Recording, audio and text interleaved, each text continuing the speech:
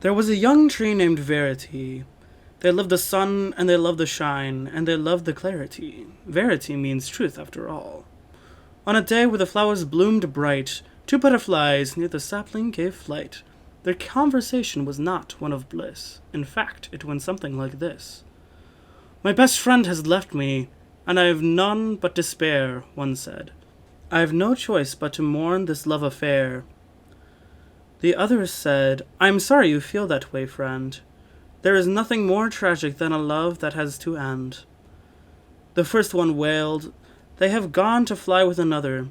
You tell me, why must I hurt? Why must I suffer?" The purple friend replied, "There is no action you can take. Love isn't a choice. It is simply fate."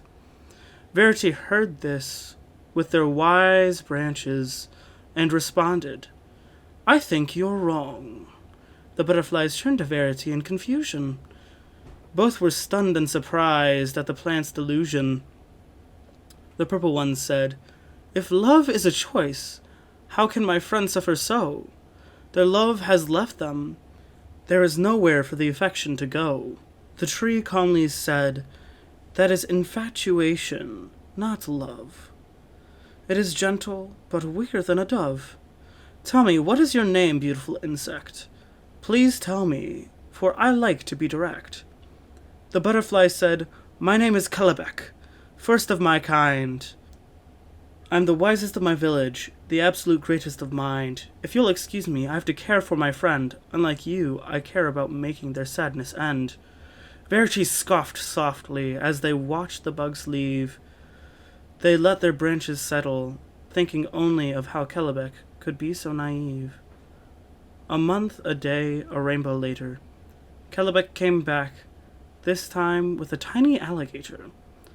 Verity rolled their metaphorical eyes and started to speak. "There comes that Kelebek, the bug that makes me want to shriek." Kelebek said, "Calm down, you piece of old bark. You're simply proving my point. You're more annoying than a lark."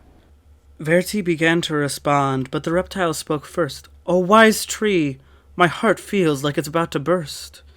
Lately I've been so bored of my husband. My heart does not long for him. It is quite unaccustomed." Kelebek gave a smirk and taunted, "Oh, wise tree, please release them from this dread. After all, isn't love something we decide?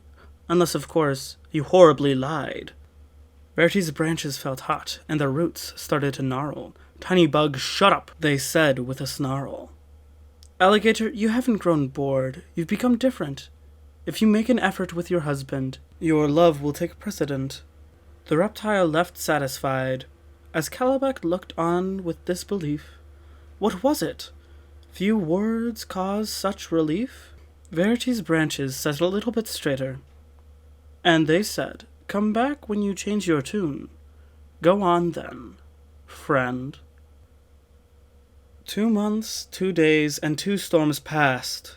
Kelebek had not returned. Verity was worried if they had listened at last. They missed their fluttering companion. Even if they were annoying, their heart ran as deep as a canyon. This couldn't be. Verity hadn't chosen this. Where did these feelings arrive from? Suddenly, wings dropped. Kelebek appeared just as fast as they had come. Verity said, "Kelebek, you were right. I love someone and I did not choose it." Kelebek smiled and repeated, "Love is a choice. It is something you cannot quit."